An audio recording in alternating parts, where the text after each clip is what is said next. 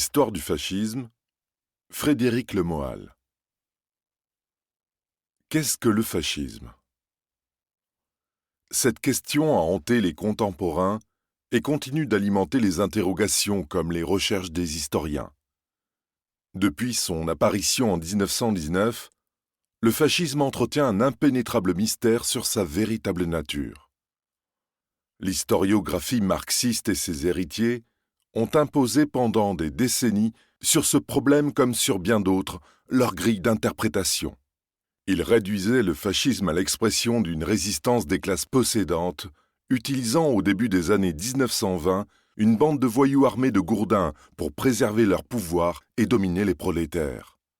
L'alliance avec l'Église catholique et l'armée, force tout aussi réactionnaire, ajoutée à un système répressif cruel, aurait ensuite permis à ce régime antipopulaire de se maintenir jusqu'à son écroulement en 1945 sous les coups de la résistance progressiste. Plusieurs historiens, au premier rang desquels se trouve l'italien Renzo De Felice, aujourd'hui célébré mais couvert d'injures dans les années 1960, faut-il le rappeler, ont remis en cause cette vision partisane et biaisée. Mais y voit-on plus clair pour autant? Si le fascisme n'est pas ce que les historiens marxistes affirmaient, comment peut-on le définir? La meilleure manière de répondre à cette question serait d'abord de dire ce que ne fut pas le fascisme.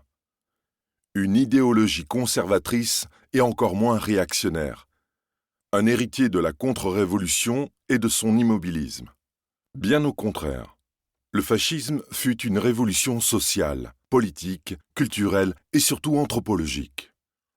C'est en partant de cette affirmation que s'articule la thèse de ce livre, ce qui nous conduira à établir un lien avec le socialisme, la Révolution française et même par certains côtés avec la philosophie des Lumières, hérédité que De Felice décela très tôt. Mussolini n'avait certes pas de mots assez durs contre Montesquieu et sa théorie de la séparation des pouvoirs, mais il en allait tout autrement avec les idées rousseauistes, sources du jacobinisme.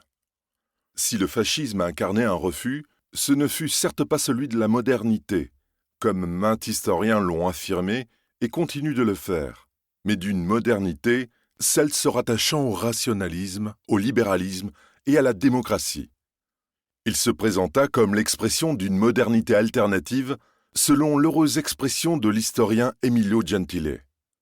Oublier qu'il constitua une manifestation du rejet des traditions si caractéristiques du XXe siècle revient à passer à côté de l'essence de ce phénomène politique majeur. Le fascisme fut contre, mais aussi pour. Contre le marxisme, contre la démocratie en général et le parlementarisme en particulier, contre l'individualisme, l'égalité et le pacifisme, et pour un régime d'un type nouveau, construit autour d'un parti unique subordonné à l'État auquel est confiée la mission de faire naître un homme nouveau à travers le contrôle total de la vie des individus et la formation d'une communauté nationale unie et militarisée. On n'a donc pas affaire à une réaction, mais à une révolution. Reste à en définir les particularités. C'est ce que nous tenterons de faire dans le présent ouvrage. Insistons néanmoins sur la question du caractère totalitaire ou non du fascisme qui a fait couler beaucoup d'encre. La philosophe Hannah Arendt l'avait contesté en s'en tenant à une lecture purement autoritaire du régime. La soumission du Parti national fasciste, PNF, à l'État, ainsi que l'absence de terreur de masse, ne permettait pas à ses yeux de ranger l'Italie fasciste dans la même catégorie que l'URSS stalinienne et le Troisième Reich.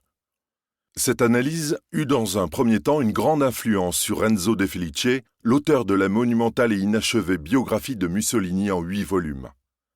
Il identifia le régime à une dictature personnelle, une sorte de césarisme du XXe siècle, dans lequel le PNF fut liquidé au profit du pouvoir du Duce.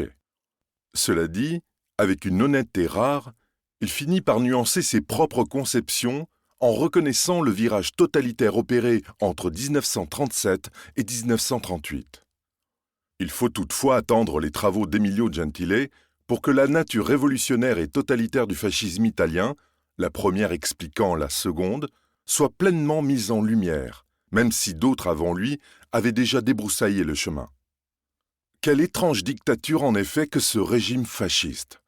Il exalta la violence, rossa ses opposants parfois jusqu'à la mort, conquit le pouvoir par une sorte de coup d'État, exerça une autorité brutale sur le corps social italien et installa une dictature personnelle autour d'un culte de la personnalité, avec un parti unique emprisonnant dans les mailles de ses multiples organisations de propagande l'ensemble de la société.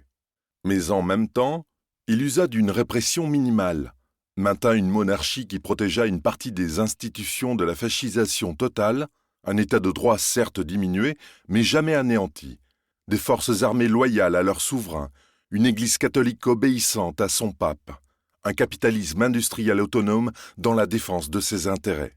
Bref, autant de contre-pouvoirs qui l'empêchèrent de contrôler l'Italie tout entière.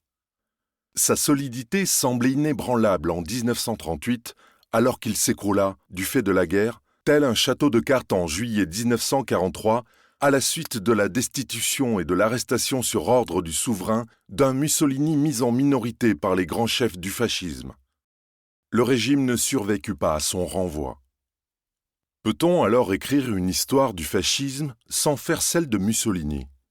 Bien évidemment, non, puisque les deux finirent par se confondre. Mais il ne faut jamais oublier que le fascisme n'était pas Mussolini, et ce, pour deux raisons. La première tient à l'histoire même du mouvement qui exista avant qu'il en fût le chef reconnu. Par ailleurs, malgré le poids toujours plus écrasant du mussolinisme, le fascisme, pétri de contradictions apparentes, resta un mouvement très hétérogène d'un point de vue idéologique. Si de l'extérieur, écrit Renzo de Felice, il y avait le fascisme, à l'intérieur, il y avait les fascismes ou, si l'on préfère, les fascistes. Hommes et courants s'y disputaient la prééminence afin d'orienter le régime dans le meilleur sens à leurs yeux. Le Duce fit constamment face à des oppositions internes, notamment celles venues des franges les plus à gauche, qui n'avalisèrent jamais les compromis de 1922 avec les forces conservatrices, d'où le reproche que lui formulèrent en 1943 plusieurs de ses compagnons, celui d'avoir trahi le mouvement. Nous touchons ici à un point absolument crucial pour notre sujet. Si l'antifascisme militant a longtemps nié le lien reliant socialisme et fascisme, le Mussolini socialiste au Mussolini fasciste, l'historiographie l'a rétabli dans toute sa clarté. Mais à la question actuelle, quand a-t-il cessé d'être socialiste, ne faudrait-il pas en substituer une autre ? A-t-il cessé de l'être un jour ? Tout dépend de la définition donnée au terme socialisme. Le fascisme aurait-il alors été un socialisme national, une addition des extrêmes, du socialisme et du nationalisme, ou fut-il plus globalement révolutionnaire ? Comme nous tenterons de le montrer, le fascisme appartenait à l'univers politique et culturel de la gauche révolutionnaire par son culte du progrès, sa tentation démiurgique, son aspiration à transformer l'homme, par son anticléricalisme, par son républicanisme, par sa volonté de dépasser le capitalisme et de soumettre l'économie à la politique, par ses combats culturels au service d'un remodelage de l'individu. L'anti-bolchevisme ne doit pas faire illusion et le rejeter dans la droite étroitement réactionnaire. On reconnaîtra toutefois que l'absence d'un corps idéologique clair brouilla et continue de brouiller les cartes, faisant du fascisme un kaléidoscope où plusieurs courants doctrinaux, parfois antagonistes, cohabitaient tant bien que mal. Ajoutons, pour être complet, que l'histoire du régime ne demeura ni monolithique ni linéaire, mais connut au contraire une sorte de crescendo caractéristique de tous les totalitarismes. Une fois le pouvoir conquis, les lois fascistissimes du milieu des années 1920 jetèrent les fondements pour la construction d'un État totalitaire qui fut accéléré en 1929, puis amplifié dans la seconde moitié des années 1930. La guerre brisa la dynamique et empêcha le plein accomplissement du totalitarisme fasciste. On remarquera aussi que, malgré sa dureté, le fascisme suscitait de nombreux ricanements, y compris à l'époque de sa gloire. Mussolini n'était-il pas présenté comme un César de carnaval ? Les marches au pas de loi, les photographies du Duce torse nu dans les champs ou sur les plages, la théâtralité de ses discours pendant lesquels il savait jouer de sa voix et de son corps avec le talent d'un acteur, la grosseur de sa tête chauve donnait un caractère bouffon au régime que les films de Federico Fellini, merveilleusement servis par la musique de Nino Rota, réactivèrent dans les années 1960. Pourtant, Si le fascisme n'atteint jamais l'horreur destructrice du nazisme et du communisme, il n'en a pas moins été une expérience politique grave et prise très au sérieux. On en veut pour preuve l'intérêt qu'elle suscita chez eux, qui y voyaient aussi bien un modèle économique permettant d'échapper au dilemme capitalisme-communisme qu'un modèle politique capable de régénérer un monde en crise. Même le chinois Chiang Kai-shek s'y intéressa, sans parler des multiples débats intellectuels que ses réalisations attisèrent aussi bien en Italie qu'au-delà de ses frontières, ni de l'empressement avec laquelle sa diplomatie fut courtisée par toutes les grandes puissances de l'entre-deux-guerres. Bref, le fascisme marqua son temps d'une empreinte indélébile parce qu'il correspondit à une époque où la révolution demeurait une sorte d'horizon indépassable, où la destruction des structures anciennes mobilisait des millions d'individus persuadés d'y trouver la solution à la dépression générale provoquée par la modernité libérale et démocratique. Mussolini et ses hommes regardaient avec confiance vers l'avenir, nourris de la certitude que l'Italie avait rendez-vous avec son destin. Écrire l'histoire du fascisme, c'est finalement faire le récit d'une révolution avortée. Chapitre 1. Au commencement était le socialisme. La grande Italie révolutionnaire du Risorgimento. Pourquoi le fascisme est-il né en Italie et pas ailleurs? Y a-t-il des conditions spécifiques à ce pays qui en expliqueraient l'éclosion? Commençons par rappeler que l'Italie fit figure à plusieurs reprises dans son histoire de laboratoire des idées et des mouvements politiques européens. Elle ouvrit au XIXe siècle la voie au processus d'unification nationale, servant d'exemple à plusieurs autres peuples, avant d'inaugurer les régimes du type fasciste de l'entre-deux-guerres. Dans les deux cas, ces processus ont devancé de 10 ans ceux connus par l'Allemagne. On cherchera donc dans l'histoire de la péninsule les origines du fascisme et plus spécifiquement dans cet événement fondateur que constitue le Risorgimento, le mouvement d'unification de l'Italie. L'idée de l'unité nationale y fut introduite par la Révolution française et par Napoléon Bonaparte. Dès l'origine, l'identité italienne était indissociable des idéaux révolutionnaires. L'aspiration unitaire se renforça à la suite du morcellement jugé artificiel de l'Italie en une dizaine d'États décidé par le Congrès de Vienne. Dès lors, elle s'exprima dans plusieurs courants. Le premier est connu sous le nom de la Charbonnerie, un ensemble de sociétés secrètes rêvant de renverser les trônes légitimistes par des insurrections que les pouvoirs en place, aidés de l'armée autrichienne garante de la stabilité de la région, parvinrent à facilement écraser. Beaucoup plus prégnante fut l'action de Giuseppe Mazzini, 1805-1872, qui marqua durablement de son empreinte les consciences et les souvenirs des patriotes italiens. Fondateur de la société secrète Giovane Italia, Jeune Italie, ce Génois, né sous l'occupation française, s'engagea avec fougue dans le combat national sous les auspices des idéaux révolutionnaires, républicains et anticléricaux. Tout en maintenant l'objectif de destruction des États péninsulaires au profit d'une république unitaire, il donna au Risorgimento une dimension morale, quasi religieuse, qu'il ne possédait pas auparavant. Le combat comportait désormais 3 éléments moteurs.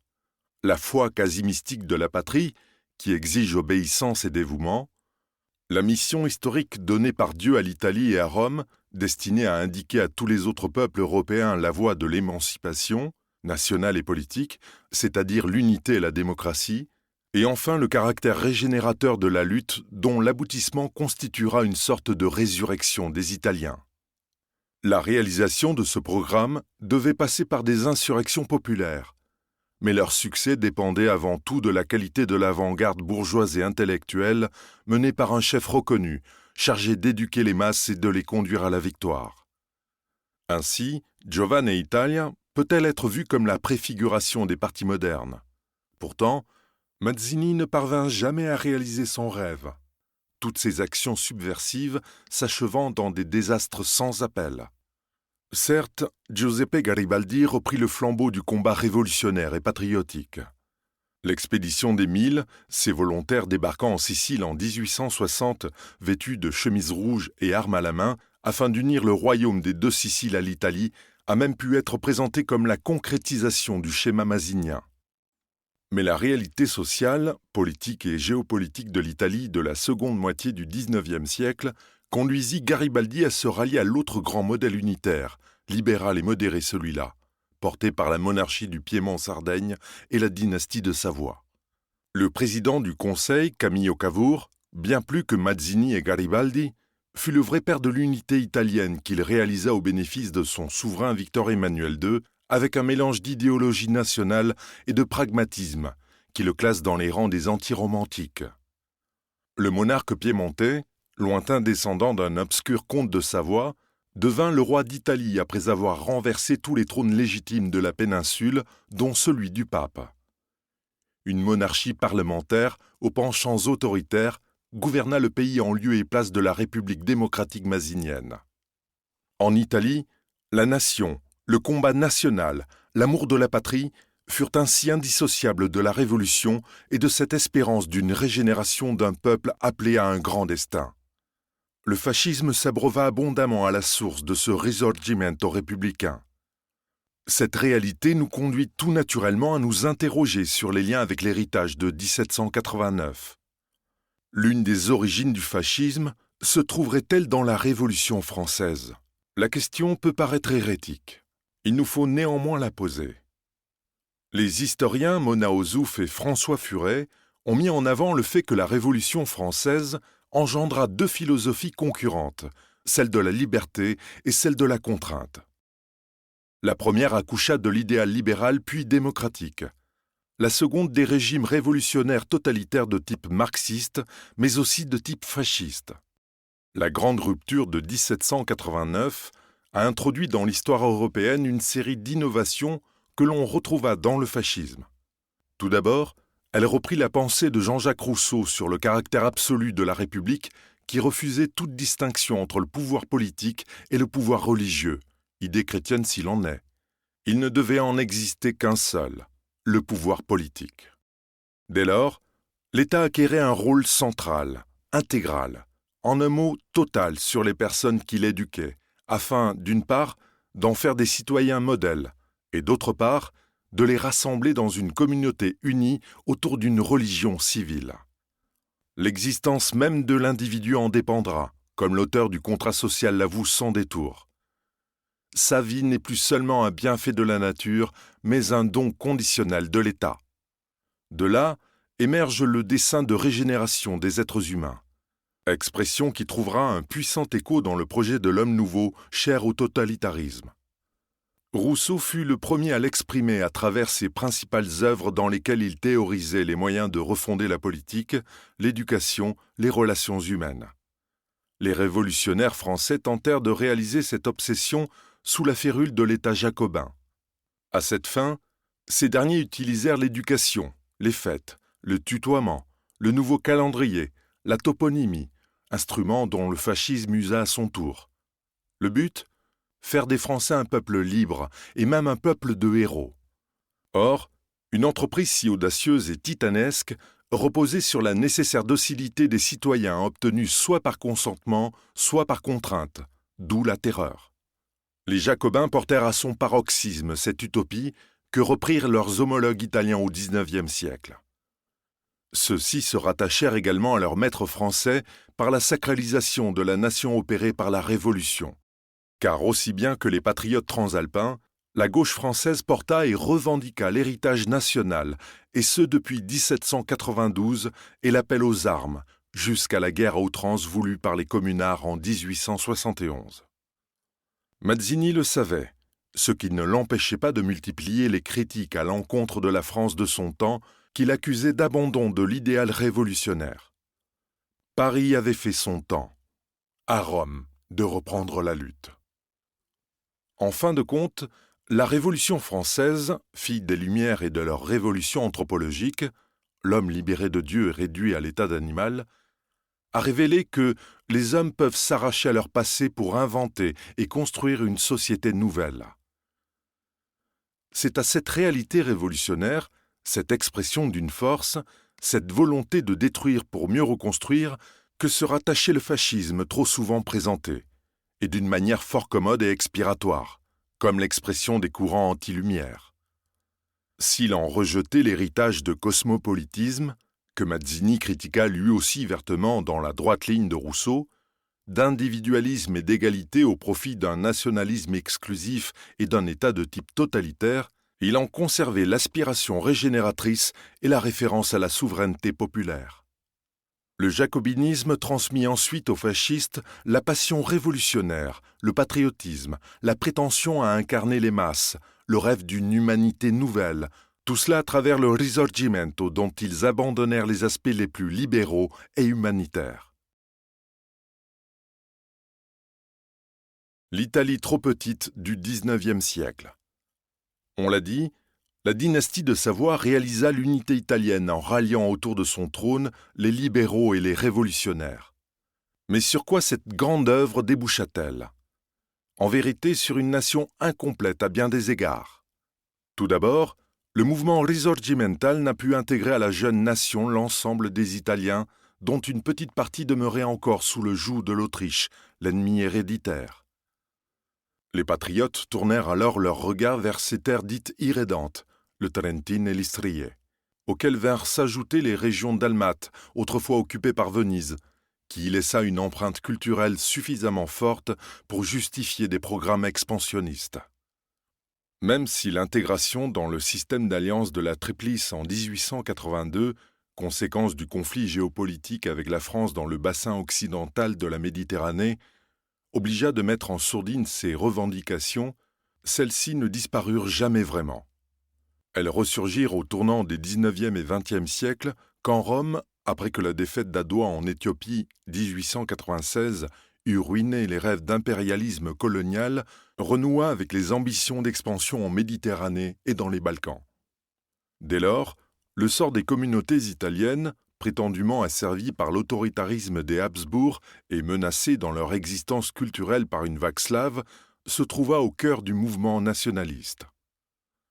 Notons qu'à l'intérieur même du jeune État, l'unité paraissait bien fragile. L'intégration des provinces de l'ancien royaume des Bourbons, Basilicate, Calabre, Sicile, se fit au prix d'une répression très violente des révoltes de paysans attachés à leur ancien souverain. À cette main de fer de la monarchie piémontaise sur le Mezzogiorno, le sud de la péninsule depuis Naples jusqu'à la Sicile, se rajouta un décalage économique entre le nord et le sud qui bientôt prit la dimension d'un fossé. Bien sûr, l'historiographie marxisante noircit la situation. Son obsédante grille de lecture de la lutte des classes la conduisit à analyser les relations entre les deux espaces en termes d'exploiteurs, le nord, et d'exploités, le sud, de colonisation et d'exploitation par la bourgeoisie capitaliste, sous-estimant au passage le processus de modernisation propre à la civilisation méridionale. Pour autant, il reste incontestable que les régions septentrionales, les plus intégrées au reste de l'Europe, jouaient le rôle de pôle économique du pays par leur tissu industriel très hétérogène et leur grande propriété foncière très consommatrice de braccianti, cette masse d'ouvriers agricoles pauvres. Elles furent aussi celles les plus favorables au fascisme, surtout la Toscane, l'Émilie-Romagne et l'Ombrie. Autre problème pour le nouvel État, l'Église catholique. Le Risorgimento s'étant installé au détriment du pouvoir temporel de la papauté et des États pontificaux annexés au Royaume d'Italie, le pape Pie IX interdit aux catholiques de participer à la vie politique, de voter et d'être élus, ordre connu sous le nom du non expedit. Même si dans les faits, les catholiques adoptèrent des comportements moins intransigeants en apportant leur suffrage à des candidats catholiquement compatibles, il n'en reste pas moins que ce grave conflit entre l'État et l'Église empoisonnait la vie politique et mettait de côté une grande partie de la population, et ce d'autant plus que les gouvernements italiens professaient un laïcisme et un anticléricalisme très agressif. Le Risorgimento accoucha donc d'une nation inachevée. Il fallait faire des Italiens un peuple uni, ce qu'ils n'étaient pas encore. De Mazzini à Mussolini, en passant par Garibaldi, tous en rêvèrent. Voilà pourquoi le fascisme ne naquit pas en France où le processus national était achevé, mais en Italie. La classe dirigeante libérale tenta d'apporter sa pierre à l'édifice, grâce à l'école et au service militaire devenu obligatoire. La monarchie, surtout sous le règne d'Humbert Ier, 1878-1900, joua un rôle non négligeable dans la diffusion d'un culte monarchique au profit d'une couronne et d'une dynastie matrice de l'unification. Mais ce sentiment diffus de fragilité se trouvait sans doute aussi à l'origine d'une tendance à l'autoritarisme inscrite en filigrane dans la constitution du royaume, le Statuto, datant de 1848 et qui accordait au pouvoir exécutif de larges prérogatives. À ce problème se rajoutait celui de la représentativité limitée du monde politique, qui fit en partie le lit du fascisme. Le système politique reposait en effet sur un suffrage électoral de type censitaire, qui réservait le droit de vote aux strates les plus aisées de la société et en écartait les masses paysannes et ouvrières. De fait, seuls 3 millions d'Italiens pouvaient voter et être élus. Avocats, notaires, professeurs, médecins formaient une classe politique restreinte qui se définissait comme libérale. Et comme si cela ne suffisait pas, la vie politique du XIXe siècle restait marquée par plusieurs maux endémiques. L'interventionnisme des pouvoirs publics dans les campagnes électorales, la corruption et le clientélisme. En outre, le sentiment d'être encerclé par des ennemis poussait la classe politique à adopter des pratiques qui contribuèrent à son propre discrédit. Tout d'abord, elle abusait du transformisme. Cette habitude de négocier avec les forces d'opposition pour mieux en intégrer une partie au sein des coalitions gouvernementales. Si cette solution assurait la stabilité des majorités, elle donnait à la vie politique un visage de combinazione de nature à alimenter l'antiparlementarisme, ce qui ne manqua pas d'arriver. Dernier point, plus les oppositions s'exprimaient, plus l'élite nationale usait de la force, de la censure qui limitait les débats, mais aussi des répressions, y compris armées, comme ce fut le cas lors de la très grave insurrection populaire de Milan en 1898. En fin de compte, l'État libéral ne représentait que fort peu de personnes et de groupes en Italie. Cette réalité, certes conforme à l'idéal de la bourgeoisie favorable à un régime parlementaire restreint où seule une élite gérait les affaires publiques, ne correspondait pas aux espérances de l'unité. Qu'était-il donc advenu de la promesse du risorgimento d'une nation unie et forte, véritable modèle pour les peuples en lutte pour leur émancipation? Les héritiers de Mazzini ne se reconnaissaient pas dans cette Italie divisée et affaiblie, où le pouvoir était accaparé par une oligarchie et où le culte de la patrie se trouvait confisqué au bénéfice d'une monarchie sans cesse plus autoritaire. Bref, le risorgimento était non seulement inachevé, mais en plus avait été trahi par la classe politique libérale. Sus Aggioliti. Au début du XXe siècle, un homme politique symbolisait ce sentiment de trahison et rassemblait sur sa personne toutes les haines de ceux qui voulaient redonner un élan vital à la nation italienne, Giovanni Giolitti. Ce Piémontais, qui domina toute la vie parlementaire de 1903 à 1922, fut pourtant un incontestable modernisateur de la vie économique de son pays.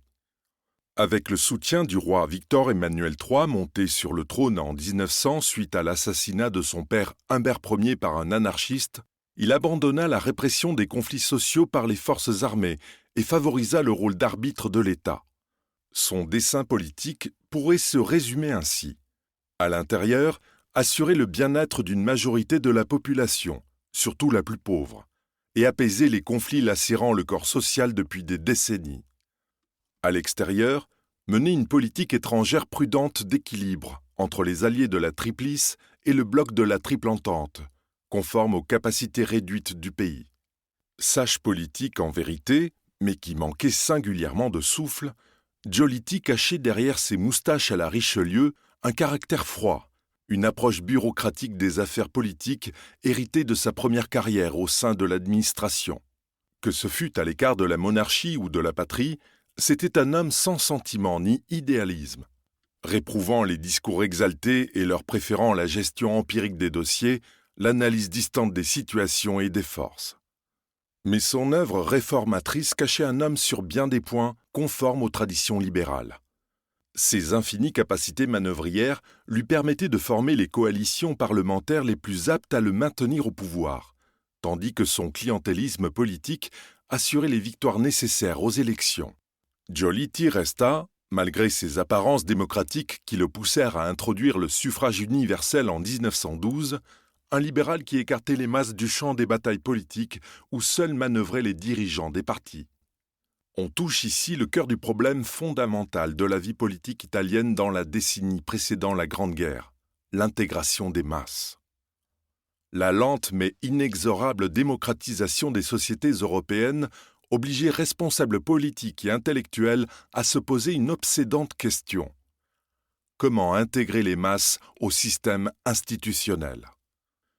Cette interrogation prenait un caractère particulièrement aigu en Italie, où les idéaux libéraux régnaient en maître au sommet de l'État.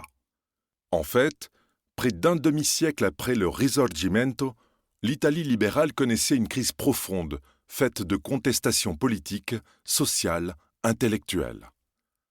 Le régime que l'inamovible Giolitti incarnait semblait à bout de souffle. Mais ce que les historiens ont appelé la crise de fin de siècle ne concernait pas seulement la société italienne. Elle exprimait des angoisses profondes nées de la transformation radicale subie par la civilisation européenne du fait de la modernité industrielle. Celle-ci, en arrachant des millions d'individus aux certitudes immuables du monde rural pour les jeter dans l'anonymat froid des centres urbains de plus en plus gigantesques, nourrissait des peurs obscures que les progrès matériels ne suffisaient pas à rassurer.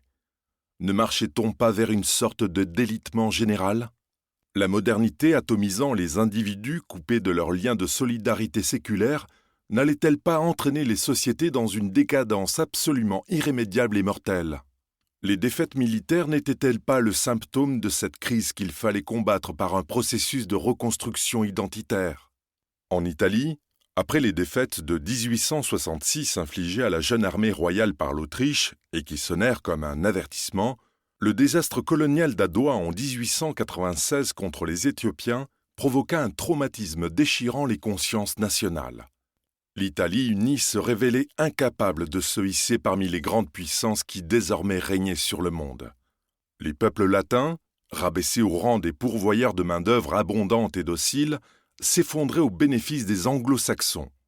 Pourtant, pour nombre d'intellectuels, cette modernité pouvait et même devait engendrer un monde nouveau dans lequel les Italiens auraient toute leur place.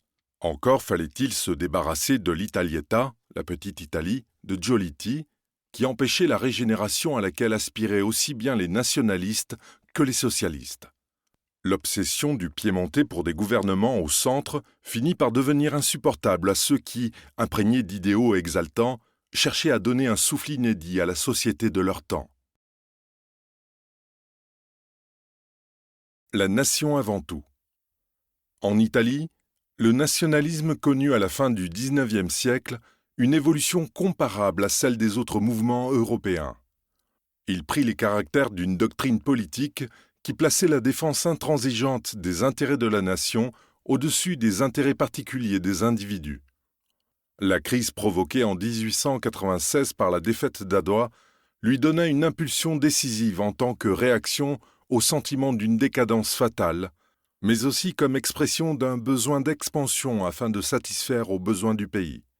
À cela s'ajoutaient les effets d'une émigration de masse, Amérique, France, bassin méditerranéen, qui conduisait des millions d'Italiens à s'installer dans des sociétés étrangères où leur identité nationale était clairement menacée par les processus d'assimilation. Enfin, puisque les générations risorgimentales avaient échoué à faire l'Italie, il revenait aux plus jeunes de reprendre le combat. Plusieurs grandes figures s'imposèrent dans l'univers nationaliste. L'un des plus célèbres et des plus influents fut sans conteste Enrico Corradini, un écrivain traumatisé par la défaite d'Adoua, qui fonda à Florence en 1908 la revue Il Regno, dans laquelle il développa le concept de nation prolétarienne que le fascisme reprit à son compte. Né de la rencontre entre le socialisme et le nationalisme et du transfert de la lutte des classes dans le domaine extérieur, il présentait l'Italie comme une nation pauvre et prolétarienne. Contrainte de combattre les nations riches et plutocratiques de l'Europe industrialisée et de briser par la violence guerrière cet état de soumission. Au congrès nationaliste qui se tint à Florence en 1910, Corradini exposa sa pensée dans un vibrant discours. Comme le socialisme enseigna au prolétariat la valeur de la lutte des classes, de même nous devons enseigner à l'Italie la valeur de la lutte internationale. Mais la lutte internationale, est-ce la guerre ? Eh bien, que la guerre soit, et que le nationalisme suscite en Italie la volonté de la guerre victorieuse. D'autres auteurs ajoutèrent à ce corps doctrinaire cohérent et structurel du nationalisme italien une dimension plus spirituelle. Ce fut le cas des intellectuels rassemblés autour de la revue La Voce, fondée en 1908 par Giuseppe Prezzolini et Giovanni Papini, ou de celle d'Ardengo Soffici, La Cerva, 1913. Le thème de la mission civilisatrice de l'Italie y était développé avec force, mission que seule réaliserait une minorité guidant les masses, une sorte d'aristocratie représentative de la nation vivante. Cela dit, toutes ces publications florentines avaient en commun la haine pour la démocratie, le parlementarisme, Giolitti et sa petite Italie. Elles promouvaient aussi une culture de guerre, encensaient le phénomène guerrier comme hygiène de la communauté nationale, ce qui les poussait à chanter les vertus de la violence, du sang versé et régénérateur selon une vision néo-darwinienne de la vie des nations.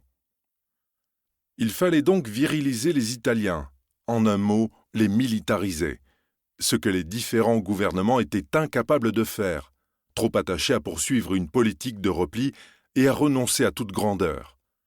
L'un des précurseurs du nationalisme, Pasquale Turiello, sonna la charge dès la fin du XIXe siècle contre le système parlementaire incapable à ses yeux d'élever les Italiens à la hauteur du destin qu'ils méritaient.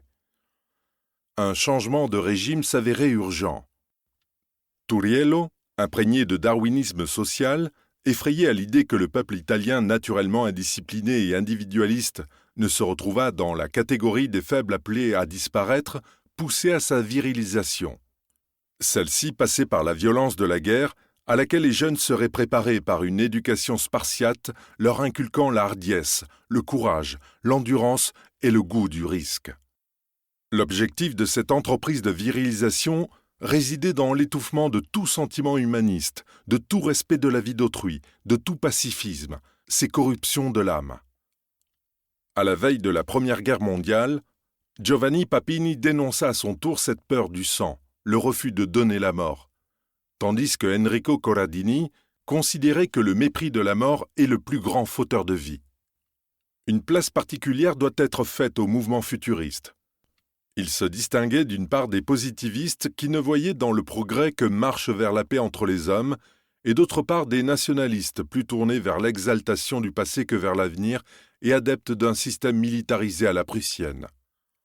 Or, le futurisme ne cessa jamais de célébrer la modernité, et c'est la raison pour laquelle il influença plus que tout autre mouvement le fascisme.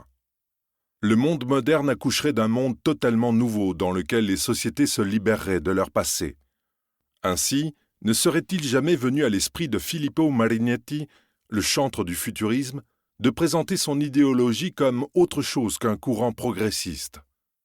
Bien au contraire, il affichait un véritable culte du progrès, de la machine, de la vitesse, du sport et de la violence qui se trouvait au cœur du célèbre manifeste du futurisme qu'il publia en 1909 à grands frais de publicité en Italie mais aussi dans d'autres pays.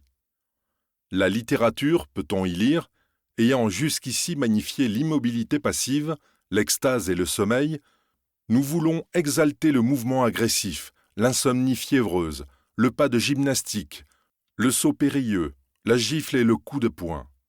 Marinetti assume sans embâche la brutalité culbutante et incendiaire de son texte. Ce lyrisme autour de la violence visait à introduire dans l'esprit des individus la force agressive, mais s'inscrivait aussi dans le programme d'unification de la société italienne. La vie militaire, en caserne comme sur le champ de bataille, demeurait l'exemple le plus parfait d'une existence collective, où l'homme se fond dans un groupe, se solidarise avec les autres. L'individu et tout ce qu'il incarnait aux yeux des nationalistes comme sentiment et attitude égoïste se dissolvait au profit de la collectivité nationale. La préparation militaire constituait donc la première étape de la disparition de l'individualisme, processus qu'une guerre se chargerait d'achever. On remarquera que cette vision d'un homme militarisé ne relevait pas d'une sorte de monopole des courants nationalistes, mais trouvait ses origines dans la Révolution française. Comme l'indique l'historien Emilio Gentile, l'image de l'homme martial apparut avec les mouvements révolutionnaires américains et surtout français, dans lesquels les qualités les plus nobles et les vertus les plus viriles avaient été attribuées à l'homme qui vit, combat et meurt pour sa patrie. Il s'agissait donc bien d'une régénération par le patriotisme et la citoyenneté, à l'image de la patrie des anciens Romains. La Révolution installa, gardons-le toujours à l'esprit, le culte de la nation qui, une fois sacralisé, demandait à ses fidèles obéissance absolue et sacrifice ultime. Mais elle inaugura également la guerre de masse, elle-même reflet de la souveraineté populaire que rien ne devait entraver. Afin de diffuser une idéologie totalisante visant à refaire l'humanité, les Jacobins jetèrent une armée nationale à l'assaut de l'Europe dans un combat purificateur. Une guerre du peuple citoyen, en quelque sorte, qui émerveilla plusieurs générations tout au long du XIXe siècle, avant que ne s'y ajoutât le prestige du modèle prusso-allemand à la suite de la guerre de 1870-1871. Un socialisme déjà national. Il existait donc dans l'Italie de Giolitti un bouillonnement politique qui faisait du courant nationaliste l'un des grands acteurs de la scène intellectuelle. Pourtant, ce ne fut pas directement de ce monde-là que sortirent le fascisme, la plupart de ses chefs et même le principal d'entre eux, mais du socialisme. De nos jours, ce terme est associé à l'internationalisme, du fait de l'hégémonie que le marxisme exerça sur les gauches. On ne peut donc que difficilement comprendre que le fascisme, quintessence du nationalisme, en soit issu. Or, cela revient à oublier deux éléments. Le premier se situe dans l'extraordinaire complexité du socialisme italien. Le second, dans le concept de la nation révolutionnaire et armée qui a constitué un modèle longtemps central au sein de la gauche. En effet, il fallut attendre 1892 pour qu'un parti se réclamant du marxisme se constitua à Gênes, le Parti des travailleurs italiens, sous la houlette entre autres de Filippo Turati et Claudio Treves. Devenu en 1895 le Parti socialiste italien, le mouvement disposait d'un journal, Avanti, fondé en 1896 et dirigé par Leonida Bissolati. Mais très vite, une opposition virulente en lacéra l'unité. Elle dressait les uns contre les autres les tenants d'un programme réformiste inscrit dans le cadre parlementaire, rassemblé autour de Turati, Bissolati et Ivanoe Bonomi, sur lesquels Giolitti et derrière lui le roi Victor Emmanuel III comptaient pour intégrer les socialistes à l'État libéral et les partisans du courant révolutionnaire mené par Arturo Labriola. Le PSI devait en outre faire face à un mouvement concurrent et très influent, l'anarchisme. Profitant du retard industriel du pays, qui maintenait en place les ateliers urbains ou ruraux et de l'hostilité au centralisme de l'État unitaire, les anarchistes menèrent pendant la seconde moitié du XIXe siècle la lutte contre le capitalisme, avant de trouver dans le syndicalisme révolutionnaire une nouvelle voie pour l'action directe. Ces adeptes de la grève générale et de la violence y côtoyèrent un certain nombre de socialistes hostiles à l'orientation réformiste du parti qu'ils finirent même par quitter en juillet 1907 au congrès de Ferrare. Parmi eux, retenons le nom d'Alceste de Ambris, que l'on retrouvera dans l'Aventure de Fiume en 1919 et dans le premier fascisme, et celui de Michele Bianchi, futur hiérarque du Parti national fasciste. Or, l'influence marxiste ne doit pas faire oublier que l'héritage de Mazzini et de Garibaldi se faisait encore sentir au sein d'une partie de la gauche italienne et avec lui la condamnation de la lutte des classes et de l'internationalisme. C'est un point fondamental pour comprendre les prolégomènes du fascisme, car dans la tradition garibaldienne et mazzinienne, on pouvait sans contradiction être à la fois patriote et citoyen du monde. On ne saurait trop insister sur la permanence de cette vision qui conduisit de nombreux socialistes à soutenir avec enthousiasme les luttes nationales des peuples opprimés, comme par exemple les Grecs contre les Turcs, à l'occasion de la guerre pour la libération de la Crète en 1897. Une division de volontaires garibaldiens, sous les ordres de Ricciotto Garibaldi, le petit-fils du héros de l'unité, participa à des combats en Thessalie. Ce soutien prit même des accents radicaux et raciaux. Le socialiste réformiste Bissolati parla à mots couverts de la nécessité d'éliminer tous les Turcs de Crète, tandis que le professeur Cesare Lombroso, connu pour être un des théoriciens du racialisme, écrivait des articles sur la marche biologique des races dans la revue socialiste Critica Sociale. On le comprend, la survie des thèmes patriotiques au sein du socialisme italien portait les germes de la future scission de 1914-1915 entre neutralistes et interventionnistes, rupture qui serait le véritable berceau du fascisme. Ce qui précède nous permet de comprendre les conditions dans lesquelles le rapprochement entre le nationalisme et le socialisme s'opéra. Un homme comme Corradini joua à cet égard un rôle capital en permettant, avec son thème de la nation prolétarienne, de rapprocher les deux camps. Conscient qu'une politique nationaliste et de puissance devait de prendre en compte les masses, il ouvrit les colonnes de son journal L'Idea Nazionale au socialiste Arturo Labriola pour une virulente dénonciation de l'Europe plutocratique. Une commune détestation des nations riches leur permit de se rejoindre dans une acceptation de la violence guerrière, autre point de convergence sur lequel planait l'ombre de Georges Sorel. Bien des auteurs ont insisté sur l'influence de ce théoricien français sur le fascisme et le futur Duce. L'homme est déconcertant à bien des égards. Admirateur de Napoléon, de Lénine et de Mussolini, il adhéra tout d'abord aux thèses socialistes réformistes, avant de s'en détourner au profit du syndicalisme révolutionnaire, puis de flirter avec le nationalisme royaliste de l'Action française, mais qu'il trouvait trop conservateur, tout en écrivant pour la revue de Paolo Rano La Lupa, qui travaillait à une synthèse entre nationalisme et socialisme. Bref, un parcours hétérodoxe qui lui permit de devenir une référence aussi bien chez les révolutionnaires que les conservateurs. Sa pensée si complexe qu'elle en est parfois déroutante, comme l'illustre son œuvre majeure Réflexions sur la violence, 1908, alimenta les théories fascistes sous deux aspects. Tout d'abord, il mit en exergue la puissance du mythe qu'il fallait absolument introduire dans les luttes politiques. En effet, le théoricien du mythe considérait que l'être humain subissait deux influences contradictoires liées à sa nature, un penchant très fort pour la médiocrité d'une part, et les forces irrationnelles d'une puissance incroyable d'autre part.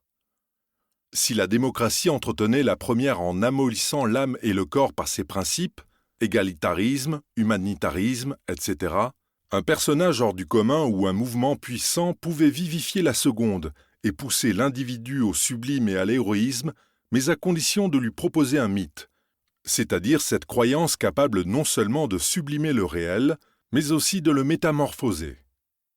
Ensuite, Sorel liait d'une manière inextricable le mythe avec une violence non pas aveugle, destructrice et nihiliste, mais mise au service d'une éthique, expression de la volonté d'échapper à la décadence.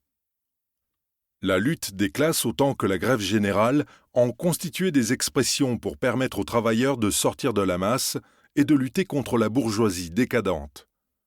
L'influence sorélienne se fit donc sentir sur les courants du syndicalisme révolutionnaire très attachés à l'étude de la psychologie des foules sous l'influence des travaux de Gustave Le Bon et à l'émergence d'une élite. On la retrouvait chez Alceste de Ambris, mais aussi dans le mouvement futuriste, puisque Marinetti puisa chez le théoricien français autant son exécration de la démocratie et du socialisme traditionnel que son attachement à la violence et au mythe. La pensée sorélienne fit donc le lien entre socialisme et nationalisme qui revendiquaient tous les deux l'usage de la violence. En outre, ils avaient la même aversion pour la bourgeoisie de leur temps, qui avait su faire preuve de cette énergie révolutionnaire lors de son ascension, mais qu'elle abandonna au profit de la défense du capitalisme et de l'enrichissement personnel. Devenue symbole de lâcheté et d'égoïsme, elle était devenue un obstacle à la résurgence de la vitalité dont le peuple était désormais dépositaire. Deux éléments méritent notre attention au terme de ces analyses. On retiendra tout d'abord que la violence existait bien avant la guerre. Certes, elle s'exprimait uniquement dans des revues ou dans des discours, mais n'en constituait pas moins un arrière-plan doctrinal particulièrement dangereux pour la stabilité de la société italienne. Le conflit mondial et surtout sa fin offrirent par la suite les possibilités de passer à l'acte, d'appliquer sur le terrain des luttes politiques, les idées qui avaient enflammé les esprits dans la première décennie du siècle. Ensuite, il convient de remarquer la proximité entre nationalisme et socialisme, ou en tout cas certaines de leurs composantes.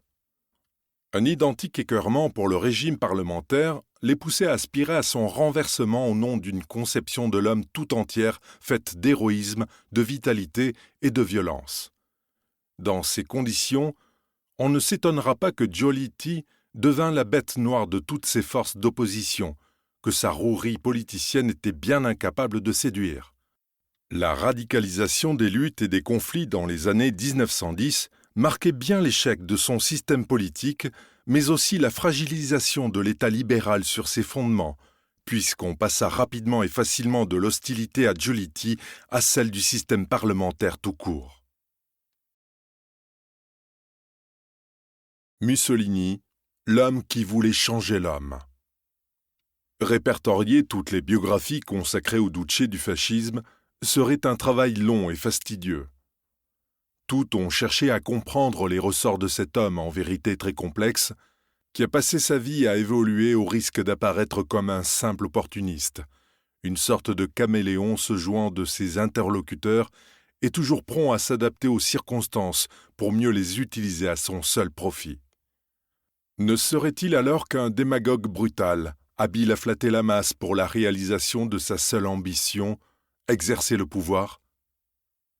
L'étude de son parcours politique ne permet pas de clarifier l'analyse.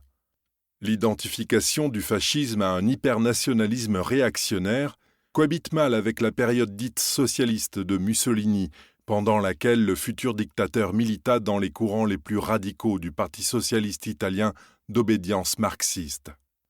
Comment résoudre une contradiction aussi apparente, si ce n'est en mettant sur le compte d'une ambition personnelle démesurée et d'un opportunisme cynique les ruptures qui ponctuèrent sa vie militante? Certes, l'homme ne fut jamais à l'aise avec les questions de doctrine et se montra parfois d'une incontestable incohérence idéologique.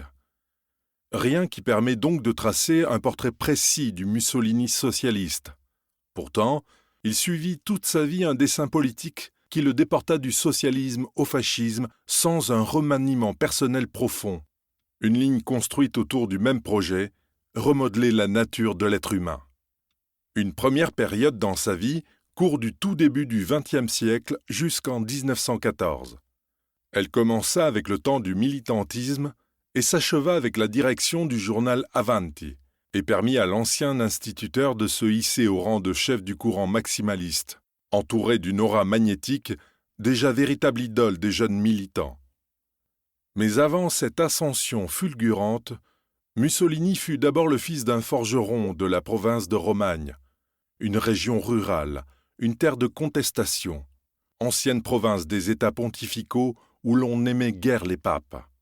Il y vécut une enfance sans misère, avant d'intégrer en 1892, sous la pression de sa mère institutrice, le collège salésien de Faenza.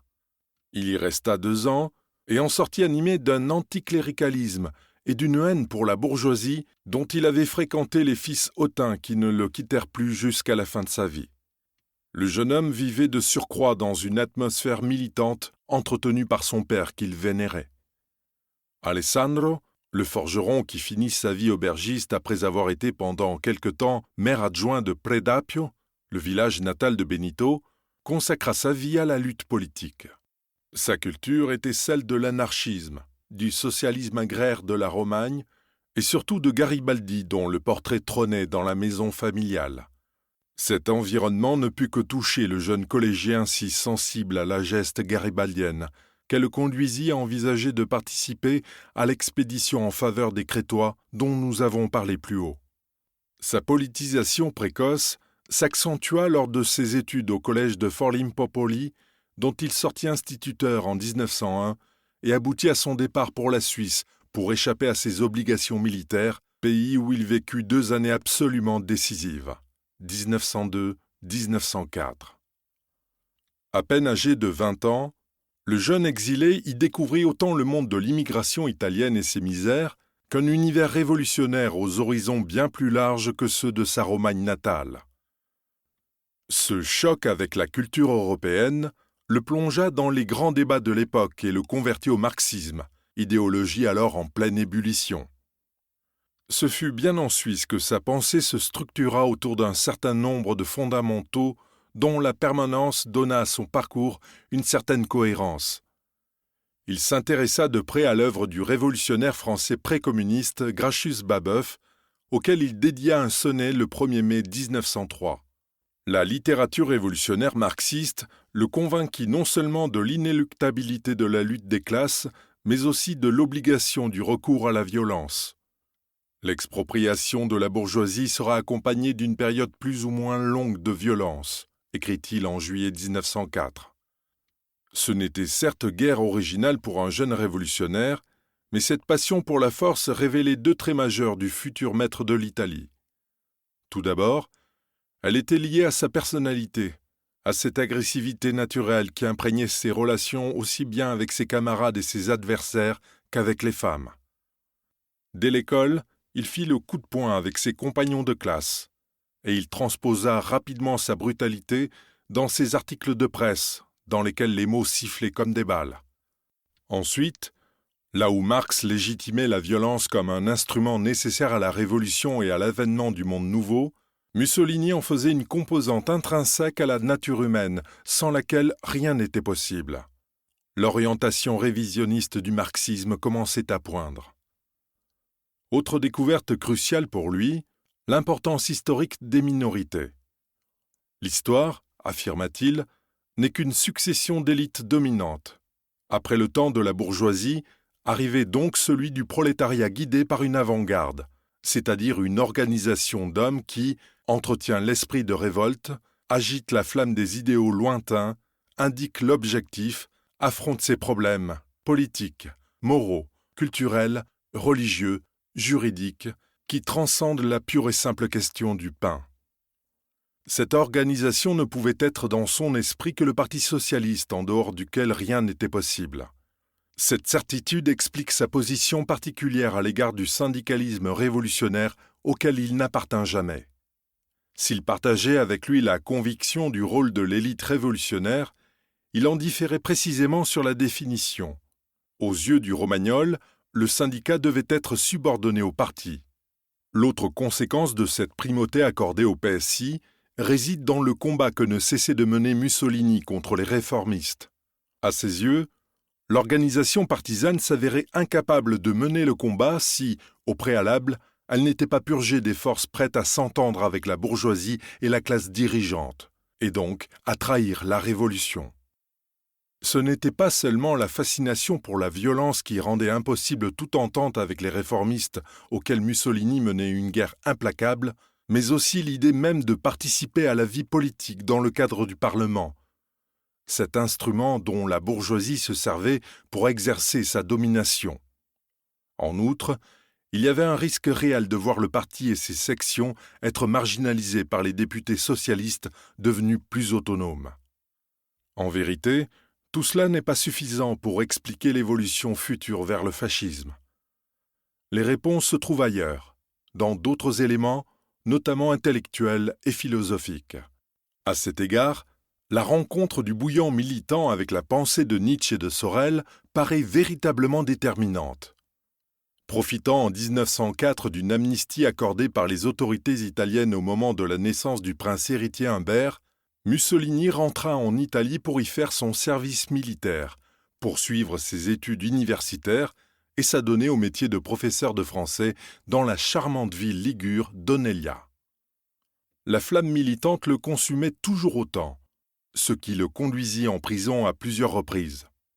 En février 1909, il prit le chemin du Trentin, cette province en partie italophone sous souveraineté de l'Autriche-Hongrie, pour y occuper la fonction de secrétaire de la section du Parti socialiste et de rédacteur en chef du journal L'Avvenire del Lavoratore. Sa réflexion connut dans ces années une notable accélération.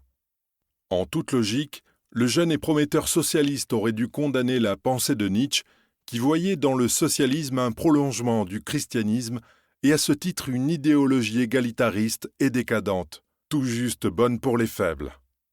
Bien au contraire, il en retint ce qui correspondait à ses propres inclinations, la dimension biologique, irrationnelle et psychologique des actions humaines, les mythes comme force motrice, la doctrine du surhomme dans laquelle pouvait aisément se glisser son attente d'une aristocratie militante. Quant à Sorel, bien des aspects de ses théories lui posaient problème, comme l'anti-jacobinisme, l'ostracisme pour les partis ou l'hostilité pour l'insurrection armée, et il ne se gêna pas pour critiquer l'évolution du maître français vers l'action française. Pour autant, les éléments de convergence l'emportaient, et de loin, sur les divergences.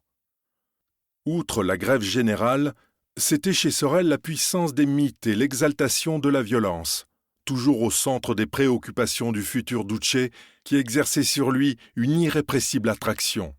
Le problème fondamental que posait le marxisme résidait dans sa vision purement économique et matérialiste de l'homme à laquelle le Romagnol ne pouvait que difficilement adhérer. Le terrain pour le révisionnisme s'ouvrait alors devant lui. Ses lectures assidues des articles de la Voce jouèrent un rôle primordial de catalyseur. La revue nationaliste lui mit devant les yeux l'importance de la foi en une mission spirituelle de l'Italie, mais le charma aussi par son anticonformisme et son refus de se plier aux dogmes intellectuels qui convenaient à un jeune homme peu enclin à se soumettre aux règles partisanes. Il ne cacha d'ailleurs pas à Prezzolini lui-même leur point de convergence en lui écrivant en 1909 « Créer l'âme italienne est une mission superbe ». On comprend alors ce qui se trouvait au cœur de son action politique, une véritable quête anthropologique que l'un de ses biographes définit ainsi. Pour lui, l'homme était avant tout un être de chair et de sang avec ses besoins psychologiques, dominants, mais aussi dominé par ses affects. C'est à ce niveau que se situait sa permanence idéologique. Il voulut pendant toute sa carrière politique faire émerger un nouvel être humain. Dès 1909, il justifiait son adhésion à la morale syndicaliste qui aspirait à la création des nouveaux caractères, des nouvelles valeurs, des homines novi, d'où sa fascination pour Nietzsche et Sorel, ardents zélateurs d'un pétrissage de l'âme humaine, mais aussi pour les théories de Darwin. Dans sa jeunesse, Mussolini était en effet un lecteur attentif de l'œuvre du savant anglais et, comme bon nombre de marxistes, il intégrait la lutte des classes dans le combat général pour l'existence au sein des espèces et la marche du progrès. Le darwinisme social faisait ainsi le lien entre la philosophie des Lumières qui coupa l'homme de sa création divine et les théories racistes auxquelles le fascisme n'échappera pas. Nous n'en sommes pas là. Pour l'instant, si une tendance au révisionnisme se faisait déjà sentir, elle n'empêcha pas sa carrière de connaître une accélération au sein du PSI à partir de 1910. Nommé secrétaire de la section de Forlì dans sa Romagne natale, il en redynamisa avec talent les structures et devint une des grandes personnalités du parti. On sait que jusqu'en 1914, il appartenait à l'aile la plus maximaliste du mouvement socialiste et qu'il n'eut de cesse pendant cette période de poursuivre de sa vindicte les courants progressistes. Tout était bon contre eux. Discours accusateurs, articles incisifs, livres dénonciateurs. Sa combativité finit par payer. Au congrès de Reggio Emilia en juillet 1912, il obtint l'expulsion de plusieurs d'entre eux, comme Bissolati et Bonomi. Prélude à son entrée dans la direction du parti et, consécration suprême, à sa nomination de directeur d'Avanti en novembre de la même année. Mais que cachait cette intransigeance quasi inquisitoriale ? C'est Mussolini lui-même qui nous apporte la réponse. Il résuma par ces mots la lutte dont le congrès de Reggio Emilia fut le terrain. Ce sont les termes de l'éternel conflit entre l'idéalisme et l'utilitarisme, entre la foi et la nécessité. Quel est l'intérêt pour le prolétariat de comprendre le socialisme comme on comprend un théorème ? Le socialisme est-il réductible à un théorème ? L'humanité a besoin d'un credo. C'est la foi qui fait bouger les montagnes parce qu'elle donne l'illusion que les montagnes bougent. L'illusion est peut-être l'unique réalité de la vie. Le socialisme prenait donc des accents de religion parce que le fils de la pieuse et cultivée Rosa Maltoni connaissait la puissance de la foi. Il savait que la foule n'entrerait en lutte qu'au nom d'un idéal quasi religieux et pour la réalisation d'un mythe révolutionnaire. À cette date, l'antimilitarisme faisait office d'instrument très efficace de galvanisation des masses qui, imperméables à la raison, avaient besoin de chefs pour les conduire et d'un parti aussi centralisé que discipliné, prêt pour la lutte. Tel était son credo, identique à celui de Lénine. À la quantité, nous préférons la qualité. Au troupeau obéissant, résigné, idiot, qui suit le pasteur et se débande au premier cri des loups, nous préférons le petit noyau résolu, audacieux, qui a donné une raison à sa propre foi. C'est ce qu'il veut et marche directement vers l'objectif. C'était maintenant à lui, Mussolini, en charge de nouvelles responsabilités, de préserver ce caractère moral contre les perversions internes au parti. Il y avait un temps, écrit-il à la même époque, où le socialisme signifiait désintérêt, foi, sacrifice, héroïsme. Je parle d'il y a 30, 40 ans. C'était alors des socialistes amoureux de l'idéal. Aujourd'hui, ce sont des socialistes, les plus nombreux, amoureux de l'argent. Les leçons de Sorel et de Gustave Le Bon n'avaient pas été perdues. Mais ne nous y trompons pas. Rien n'émergeait à cette date qui pût annoncer le tournant nationaliste de l'après-guerre. Benito Mussolini demeurait un militant socialiste internationaliste, et ce, malgré son séjour dans le Trentin, où il se frotta au thème irrédentiste et très antimilitariste. Le drapeau national, affirmait-il, est pour nous un chiffon à planter dans le fumier. Il n'existe que 2 patries au monde, celle des exploités et l'autre des exploiteurs. Difficile d'être plus clair. Ce fut du reste à l'occasion de la guerre de Libye, 1911-1912, que l'Italie de Giolitti mena contre l'Empire ottoman, qui livra sa bataille décisive contre les réformistes partisans de l'expédition. L'événement, première opération coloniale d'envergure depuis Adoua, bouleversa le paysage politique italien, suscitant un enthousiasme débridé chez les nationalistes de Corradini à D'Annunzio. Or, le futur conquérant de l'Éthiopie ne voulut y voir qu'une guerre impérialiste. La patrie, expliqua-t-il, est une fiction, une mystification, un mensonge conventionnel. Les humanistes d'Alubi Bene, Ibi Patria et les stoïciens qui proclamèrent l'homme citoyen de l'univers et Christ l'antipatriote par excellence le reconnurent. Nous ne sommes pas italiens, nous nous sentons au moins européens. Il n'y a plus de frontières patriotiques pour la science, la philosophie, l'art, l'économie, la mode, le sport, et il devrait en avoir pour le socialisme. La patrie s'identifie au militarisme. Ils sont inséparables. Qui dit patrie dit militarisme.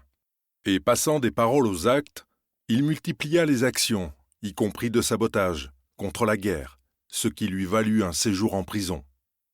À y regarder de plus près, on remarque néanmoins un intérêt marqué pour les questions patriotiques en lien avec l'œuvre de Jean Jaurès. Mussolini éprouvait pour le grand socialiste français une vive admiration qu'il exprimait à longueur d'articles. Bien sûr, l'homme de Carmaux mettait son talent oratoire charismatique et la liturgie des grands rassemblements au service de la démocratie parlementaire, loin de l'usage qu'en fit plus tard le Duce. Cela dit, le concept de nation armée développé par Jaurès dans l'Armée nouvelle 1910 intéressait le Romagnol, persuadé que la défense de la Révolution en Italie contre une intervention allemande ou autrichienne aurait nécessité la constitution de milices communales. Les pages que Jaurès dédie à l'examen des rapports entre socialisme, prolétariat et patrie sont certainement les plus belles du livre, nota-t-il dans une critique. Ce rapprochement entre militarisme et socialisme, auquel finit aussi par céder le virulent antimilitariste français Gustave Hervé après la Grande Guerre, séduisait d'autant plus qu'il réactivait le lien entre la guerre et la Révolution, la première pouvant déclencher ou sauver la seconde selon le schéma français de 1792-1794. En même temps qu'il pourfendait la nation, Mussolini écrivait en août 1911 « Si la patrie demande de nouveaux sacrifices d'argent et de sang, le prolétariat qui suit les directives socialistes répondra avec la grève générale. La guerre entre les nations deviendra une guerre entre les classes. » On ne peut qu'être frappé de la proximité de toutes ces analyses sur les masses, sur le rôle du parti et sur la guerre révolutionnaire, avec celle de Lénine qui, depuis son exil en Galicie, avait approuvé l'expulsion des réformistes du PSI. Mussolini professait in fine un marxisme hérétique, marqué en profondeur par ses conceptions personnelles, à tel point que pour sortir du carcan que lui imposait la direction d'Avanti, il fonda en novembre 1913 sa propre revue au titre évocateur, Utopia. Elle lui offrit un cadre plus libre pour y exprimer sa pensée à travers des articles de fond et des comptes rendus de livres. Mais quel était donc ce socialisme mussolinien et sur quel point annonçait-il le fascisme ? La composante marxiste s'effaçait très vite au bénéfice des penchants insurrectionnels et anarchisants si puissants dans la culture socialiste italienne. Il existait bel et bien un lien avec la tradition française jacobine dans le sens d'une expérience révolutionnaire renouvelée par le blanquisme. Ce mouvement tirait son nom du socialiste Auguste Blanqui, pour lequel le succès de la Révolution dépendait d'un groupe de révolutionnaires déterminés. Blanqui, Hervé, Lénine et Mussolini, tous partageaient le même mépris pour le système parlementaire ou la démocratie, un identique rejet des solutions réformistes, une foi dans le rôle des minorités, l'insurrection et la prise du pouvoir au profit d'un système autoritaire intégrant les masses. Un événement majeur décida de leur destin, l'éclatement de la guerre en Europe en 1914. La guerre pour la Révolution.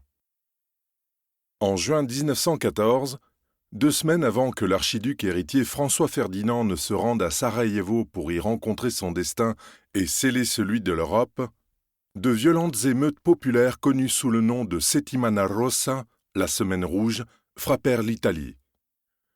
Du 7 au 14 juin, grèves, manifestations, saccages, combats contre les forces de l'ordre se succédèrent en solidarité avec 2 anarchistes condamnés par un tribunal militaire. La Révolution était-elle à portée de main ? Bien des anarchistes très présents dans le mouvement afin de le récupérer le crurent. Là, il leur fallut déchanter. L'ordre put être rétabli. La Révolution était remise à plus tard. La Semaine rouge accentua donc la crise du syndicalisme révolutionnaire qui s'était déjà divisé au sujet de la guerre de Libye en 1911 entre partisans de l'expédition et opposants. Cela dit, quelles leçons tirer de cette explosion sociale ? La première mettait en avant la puissance des mythes, car les émeutiers ne s'étaient pas levés pour des questions purement économiques, mais poussés par l'antimilitarisme. La deuxième révélait l'utilisation qui pouvait être faite de la masse contre les autorités gouvernementales, de la force de la populace. Ainsi, Mussolini comptait-il désormais mobiliser et déchaîner toutes les forces contre les institutions, mais toujours sous l'autorité non négociable d'un PSI définitivement purgé de ses dernières traces de réformisme. La dernière leçon était de ne pas faire retomber cette ardeur révolutionnaire et d'élaborer une nouvelle stratégie pour la lutte. L'échec du mouvement insurrectionnel nécessitait de trouver une autre occasion pour déclencher la révolution, et ce ne pouvait être que la guerre dont l'ombre planait désormais sur l'Europe.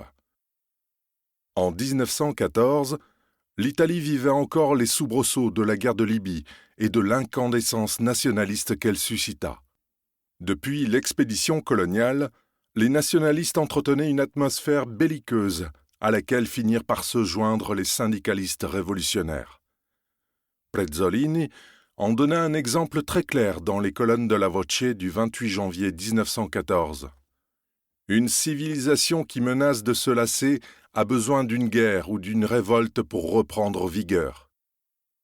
6 mois plus tard, la feuille socialiste Initiative lui fit écho en affirmant que la foule ne voulait plus des accommodements sociaux. Elle vise autre chose, elle veut d'autres choses. Il faut un bain purificateur. Il faut faire pour refaire. Autrement dit, la participation à un conflit européen remplacerait la révolution en permettant une transformation en profondeur du pays et de ses institutions politiques.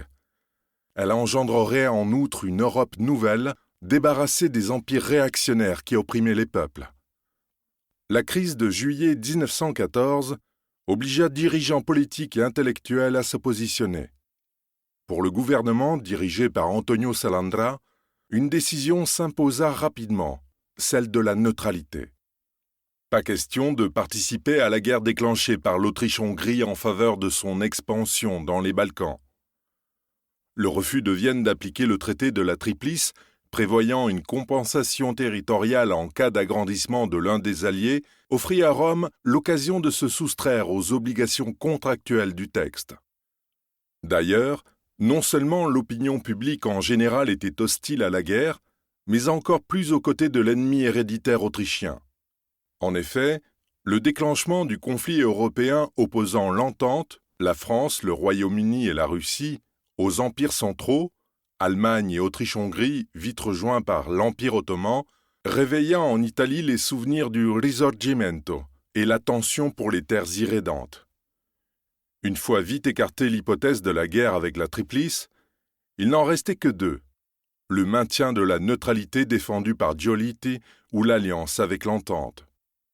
Un groupe très hétéroclite se forma alors, celui des interventionnistes qui, d'abord par la plume, puis par les manifestations, poussaient le cabinet vers la guerre. Notons immédiatement que le choix de finalement signer un traité d'alliance avec l'Entente, le traité de Londres du 26 avril 1915, prélude à la déclaration de guerre à l'Autriche le 24 mai 1915, fut le fruit d'une décision politique prise par le triumvirat, formé par le roi Victor Emmanuel III, le président du Conseil Antonio Salandra et le ministre des Affaires étrangères Sidney Sonnino. Cela dit, les interventionnistes jouèrent le rôle d'un groupe de pression qu'il ne faut pas sous-estimer. Mais qui furent-ils exactement et pourquoi constituèrent-ils le noyau du futur fascisme ?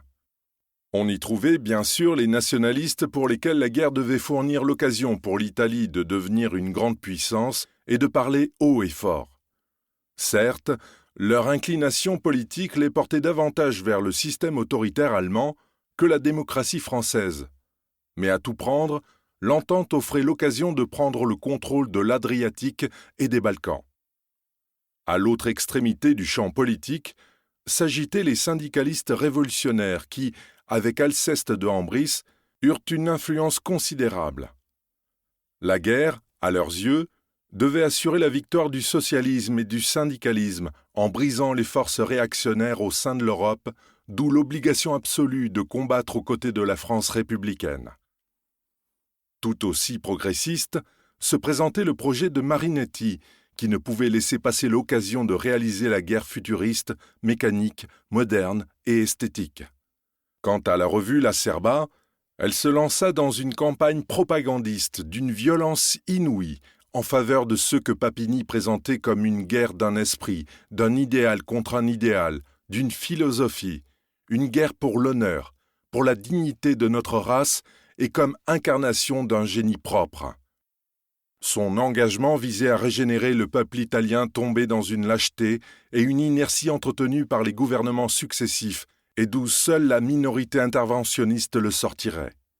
Enfin, l'écrivain Gabriele D'Annunzio, avec la toute-puissance de son verbe, faisait le lien avec le Risorgimento par sa défense de l'italianité et des terres irrédentes, par son invocation des mânes des grands chefs de l'unité, par le lien entre Garibaldi et les Savoies, entre la Révolution et la monarchie italienne. L'écrivain français Romain Rolland, qui entendit son discours enflammé au Capitole le 17 mai 1915, au moment de l'entrée en guerre, ne put s'empêcher de noter « Gabriele D'Annunzio, au Capitole, se fait instantanément l'âme de Marat, le pourvoyeur de la guillotine. Il semble qu'on entende une vocifération du club des Jacobins. Le tableau ne serait pas complet si l'on omettait le groupe des socialistes réformistes comme Bissolati ou modérés comme Gaetano Salvemini, eux aussi vibrants interventionnistes. Quant à Mussolini, sa voix comptait peut-être plus qu'une autre, autant à cause de ses fonctions officielles que de l'influence considérable qu'il exerçait grâce à son charisme et à ses écrits. Le futur dictateur était parvenu, à la veille de la guerre, à briser l'équilibre précaire existant au sein du PSI entre les réformistes de Turati et les orthodoxes, et était devenu l'idole des jeunes militants qui appréciaient son discours radical sur la violence. En juillet-août 1914, alors même que les partis socialistes européens se ralliaient tous à la guerre et participer à des gouvernements d'union nationale, il ne dévia pas d'un pouce de sa ligne internationaliste qui était aussi celle du PSI. Sa grille de lecture restait celle d'un socialisme révolutionnaire hostile au combat entre impérialistes. À bas la guerre, tel était le titre de son éditorial dans l'Avanti du 25 juillet. Pourtant, la succession des événements ne le laissa pas indifférent.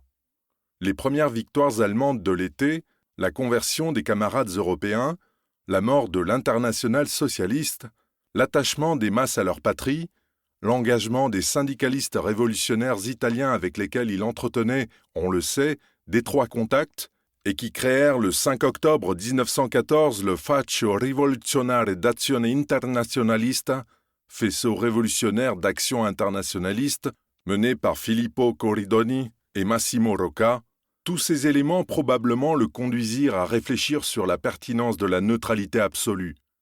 Le mois de septembre le vit tergiverser avant qu'il ne se décidât à prendre position dans un article capital publié le 18 octobre avec un titre programmatique « Dalla neutralità assoluta alla neutralità attiva e operante » de la neutralité absolue à la neutralité active et opérante. Il y plaçait les socialistes devant leurs responsabilités. Il fallait soit faire la guerre, soit faire la révolution. Or, le PSI ne faisait ni l'un ni l'autre. Pourtant, la guerre actuelle offrait l'occasion tant espérée. Voulons-nous être, comme hommes et comme socialistes, les spectateurs inertes de ce drame grandiose, ou voulons-nous en être les protagonistes? La question ainsi posée avait un but très clair: faire se mouvoir le socialisme pour le sauver, un socialisme que Mussolini n'avait pas l'intention d'abandonner. Il reprit son argumentation le lendemain dans un discours à Bologne devant les membres du bureau exécutif du parti. Il y proposa un ordre du jour conforme à son article de la veille. « Je comprendrais, argumenta-t-il, notre neutralité absolue si vous aviez le courage d'aller jusqu'au bout, c'est-à-dire de provoquer l'insurrection. Mais vous l'écartez a priori parce que vous savez aller à un échec. Alors dites franchement que vous êtes contre la guerre parce que vous avez peur des baïonnettes. » Il ne reçut qu'un seul soutien. En toute logique, Mussolini démissionna de la direction d'Avanti, décision ouvrant la voie à la fondation de son propre journal Il Popolo d'Italia, le 15 novembre suivant, preuve s'il en était besoin qu'il entendait poursuivre la lutte, convaincre ses camarades de le suivre dans sa nouvelle voie en agissant sur le terrain qu'il connaissait le mieux, le journalisme. N'avait-il pas dit en 1912 « Un parti sans journal quotidien est un parti sans voix, sans militants, sans avenir. » Le journal comme arme de guerre idéologique, comme instrument d'action pour être le maître de l'histoire et non pas son esclave ou sa victime. Si l'Italie reste absente du conflit en cours, elle sera la terre des morts, la terre des lâches. Moi, je vous dis que le devoir du socialisme est d'ébranler cette Italie des prêtres, des triplicites et des monarchistes. Si déjà pointait cette obsession de la survie de l'Italie qui imprégna tant le fascisme, on voit bien que Mussolini agissait encore en tant que socialiste. Or, dans l'immédiat, malgré l'espèce d'autorité qu'il exerçait sur les militants socialistes, bien peu le suivirent à l'exception d'un petit nombre de cadres intermédiaires et de militants de base. Pour la majorité, le choix interventionniste rompait avec la culture traditionnelle du socialisme. Le PSI demeura neutraliste et déchaîna alors ses foudres contre Mussolini. La sanction tomba le 24 novembre avec son expulsion du parti. La décision fut prise après une séance tumultueuse et vociférante à la Maison du Peuple de Milan. Le renégat se battit comme un diable, mais il eut beau affirmer que le socialisme était quelque chose qui s'enracinait dans le sang, rien n'y fit. Le lendemain, avec un sens prophétique, il lança à la face de ses anciens camarades, mais aussi de l'Italie tout entière, « Le cas Mussolini n'est pas fini. Il commence et se complique. » Il était pourtant bien le seul à le penser. Tout porte à croire que son expulsion constitua pour lui un véritable choc. D'un coup, il perdait ses appuis, son parti, son autorité et voyait s'évanouir près de 12 années de militantisme et d'ascension. Sa décision d'octobre n'était pas un putsch. Personne, pas même lui, n'avait assez d'imagination pour concevoir la manière dont les événements le porteraient par la suite au pouvoir suprême.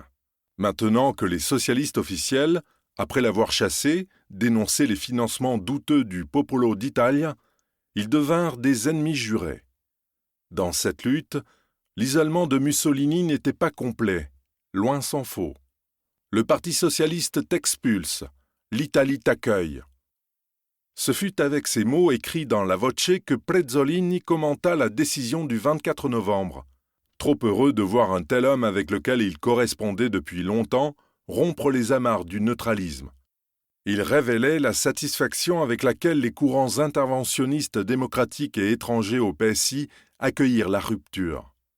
Le Popolo d'Italia devint rapidement leur référence, leur porte-voix, beaucoup plus d'ailleurs que pour les interventionnistes conservateurs et monarchistes. Ce que Emilio Gentile écrit au sujet de Mussolini vaut pour bien des hommes issus de la gauche italienne plus ou moins radicale. Le choix interventionniste ne fut pas un acte impulsif, et encore moins une défaillance devant les promesses de l'ambition et la séduction de l'argent. Mais il arriva après une réflexion tourmentée sur la faillite de l'internationale socialiste. À l'automne 1914, Mussolini tourna la page sur un nouveau chapitre de l'histoire politique de son pays avec l'abandon du socialisme internationaliste, mais pas du socialisme tout court. On ne saurait trop insister sur ce point. Le nationalisme n'eut aucune influence dans son choix. Dans les colonnes du Popolo d'Italia, il n'en démordait pas. Aujourd'hui, c'est la guerre. Demain, ce sera la révolution. En Autriche, en Allemagne et même en Russie. Lénine ne disait pas autre chose à la différence capitale que le chef bolchevique refusait la guerre des nations, alors que le futur Duce comptait y participer pour transformer le pays de l'intérieur. Tout naturellement, il reprit à son compte la tradition du Risorgimento, les mythes jacobins et masiniens, soudain très pratiques pour justifier la lutte contre l'Autriche parce qu'il parlait au plus profond de l'âme du pays, du moins le croyait-il. S'il fallait avancer d'autres preuves du caractère révolutionnaire de l'interventionnisme mussolinien, nous les trouverions dans la création, le 11 décembre 1914, du Faccio d'Azione Rivoluzionaria Interventista, faisceau d'action révolutionnaire interventionniste, à Milan, avec le syndicaliste révolutionnaire Alceste de Imbris. Ce groupe, qui monta rapidement à 9000 membres répartis en 105 sections, devait son nom à une tradition contestataire de la fin du XIXe siècle qui trouvait sa traduction politique dans la constitution de groupes plus ou moins syndicaux, notamment dans le monde agricole. Ce fut le cas des faisceaux siciliens du début des années 1890 et qui reprirent le symbole de force et d'unité du faisceau romain.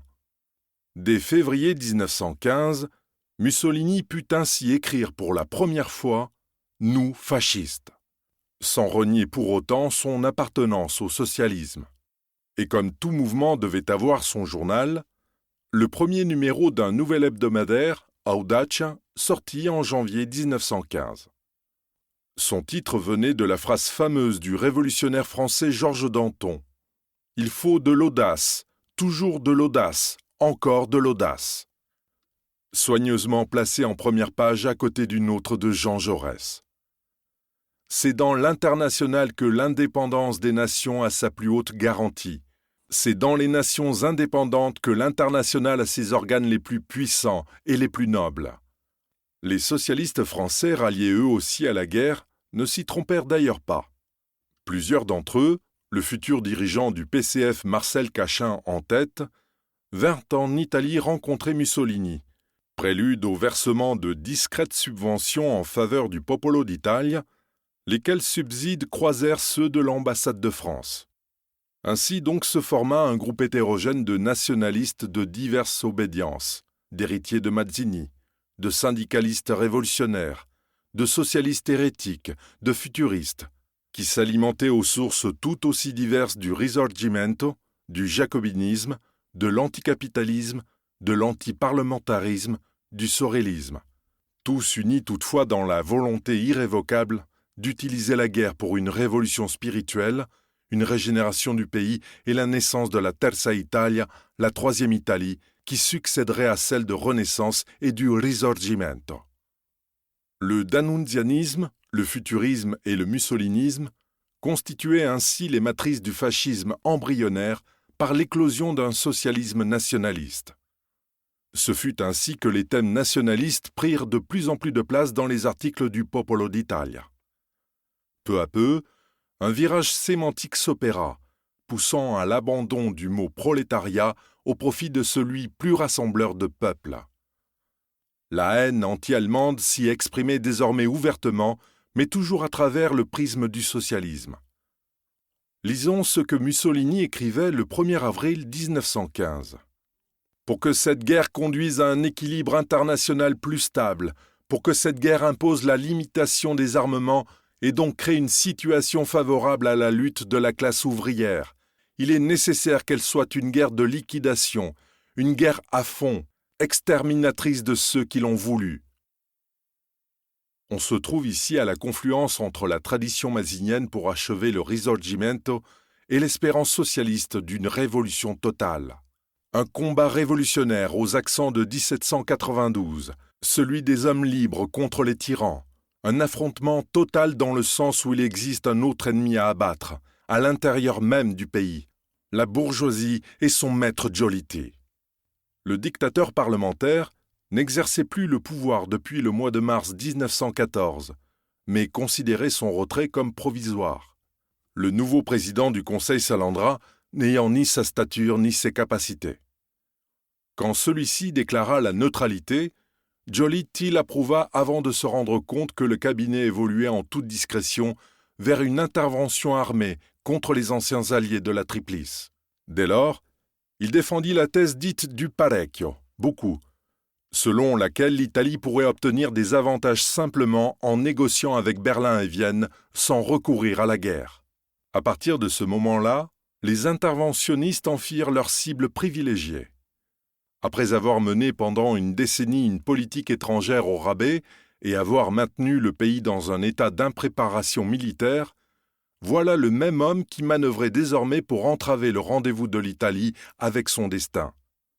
Papini, dans la Voce, se déchaîna contre l'ennemi à deux têtes, l'Autriche et Giolitti, mais avec une prédilection particulière pour le second. L'homme d'État piémontais personnifiait à lui tout seul la corruption parlementaire et l'affairisme.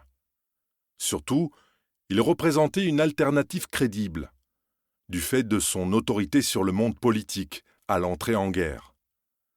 Son parecchio revenait à maintenir l'Italie dans le rang subalterne des nations pleutres. De cette vision insupportable découlait la nécessité de se débarrasser une bonne fois pour toutes du giolittisme. Ardengo Soffici, dans les colonnes de la Serba, lança une menace claire à destination des ennemis intérieurs. Lorsque l'Italie aura atteint, en dépit de leur lâcheté et de leur infamie, ses fins de nation civile et faite pour l'avenir, elle trouvera le moment de régler ses comptes avec eux. La revue alla jusqu'à lancer un véritable manifeste réquisitoire contre Giolitti, accusé pêle-mêle de représenter 300 bandits parlementaires, 20 ans de corruption et d'intrigue, la lâcheté des affairistes, l'insolence des huissiers, la politique sans foi. Le texte s'achevait sur la raison d'être du conflit en cours. La guerre doit purifier la vie italienne et non pas donner une force nouvelle au panier de crabes giolitien. Ce flot de haine contre Giolitti fut habilement utilisé par Salandra afin de l'écarter définitivement du pouvoir, de mettre fin à son système de gouvernement, mais aussi de faire avaler au pays l'entrée en guerre. Le 26 avril 1915, en effet, l'Italie apposa sa signature au bas du traité secret de Londres qui contenait de vastes promesses territoriales. Le Trentine, l'Istrie avec Trieste, une partie de la Dalmatie et de ses îles, un protectorat sur l'Albanie, des territoires coloniaux en Asie mineure.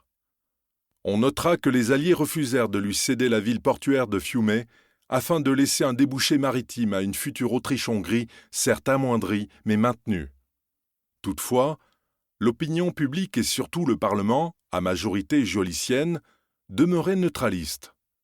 Giolitti en profita pour pousser encore et toujours en faveur d'une négociation avec le Triplice.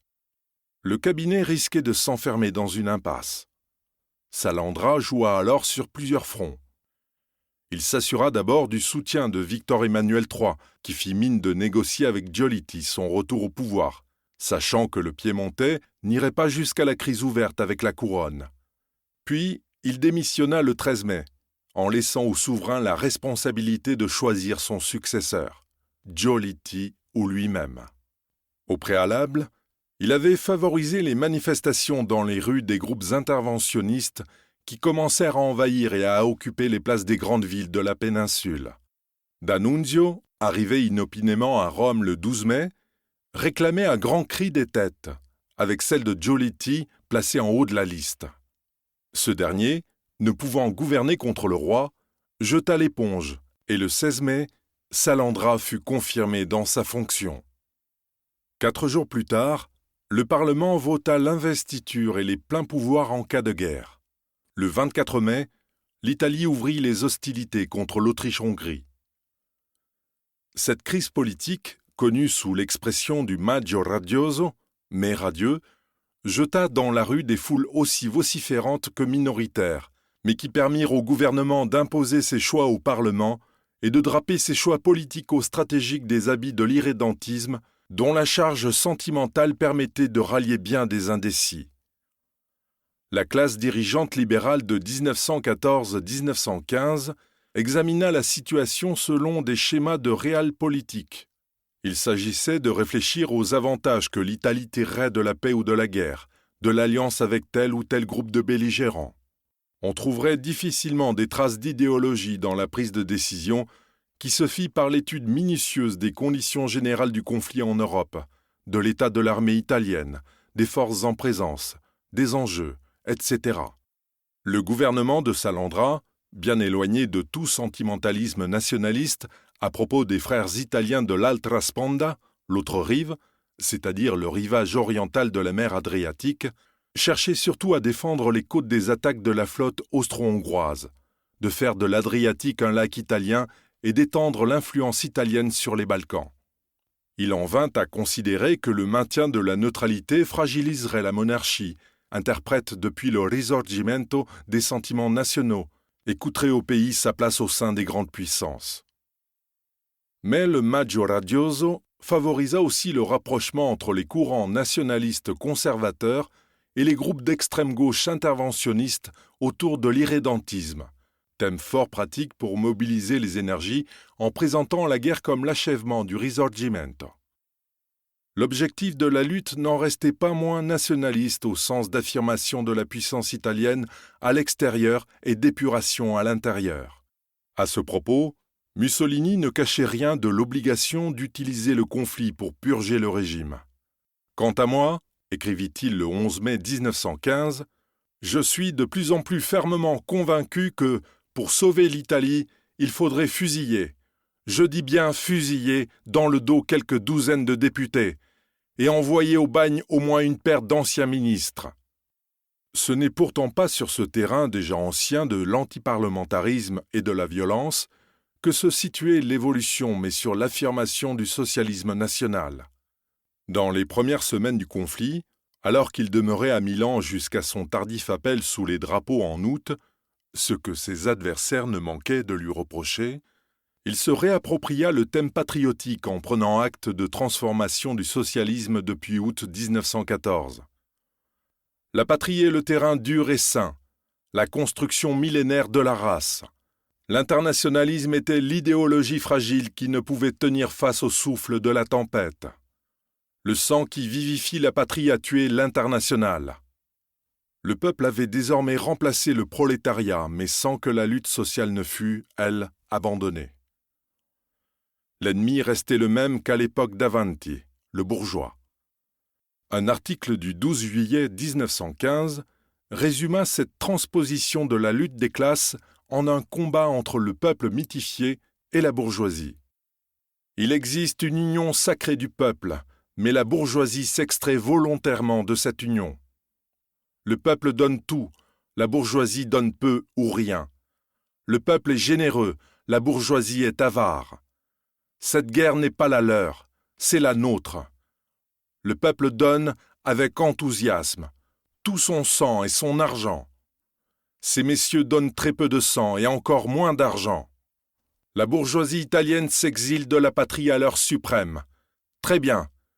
Depuis aujourd'hui, la succession est ouverte. Ce texte mérite que l'on s'y arrête. Il prouve la cohérence idéologique du futur Duce du fascisme qui n'opéra pas durant ces mois cruciaux de volte-face, de rupture ou de reniement opportuniste. Certes, il n'eut jamais un corps de doctrine très rigoureux comme nous l'avons vu. Pour autant, en décrivant la bourgeoisie sous les traits d'un corps étranger à la nation, d'un groupe antipatriotique en somme, comme Sieyès l'avait fait en son temps à propos de la noblesse française, le Mussolini interventionniste marchait sur les pas du Mussolini socialiste et annonçait le Mussolini fasciste qui vitupéra jusqu'à la fin de sa vie l'indigne bourgeoisie italienne, lâche et égoïste. Un révolutionnaire, voilà ce qu'il avait été, ce qu'il était et ce qu'il serait toujours. Et il rejoignait sur ce terrain les courants contestataires qui aspiraient eux aussi à une révolution spirituelle et politique des Italiens, à une transformation de leur esprit, bref, à une ambition anthropologique. Le totalitarisme était en germe. Au commencement était donc le socialisme. Et le socialisme allait se faire fascisme, sans se renier, lentement, sans véritable contradiction. Parce que si le socialisme pouvait se fractionner en une multitude de chapelles, toutes se retrouvaient autour du mythe de la Révolution. Car seule une rupture comme celle qu'avait connue la France à la fin du XVIIIe siècle permettrait de tout réinventer, et au premier chef, l'homme. L'historien Martin Malia a bien montré que depuis 1789, le secret est lâché. L'histoire se fait par des révolutions. C'est à ce niveau que se situa la matrice du destin de Mussolini. Son passage vers ce qui devint le fascisme en 1919 s'opéra par cette quête anthropologique qui ne cessa jamais de l'obséder, qu'il crut tout d'abord trouver dans un marxisme nietzschéen, puis dans la violence de la guerre. Mais que ce fût dans le PSI ou les tranchées, il cherchait toujours un homme nouveau. Chapitre 2. À l'assaut. Le fascisme, enfant de la Grande Guerre, c'est devenu... Nous espérons que vous avez apprécié cet aperçu. Pour continuer à écouter ce livre audio sur Google Play Livres, utilisez le lien dans la description de la vidéo.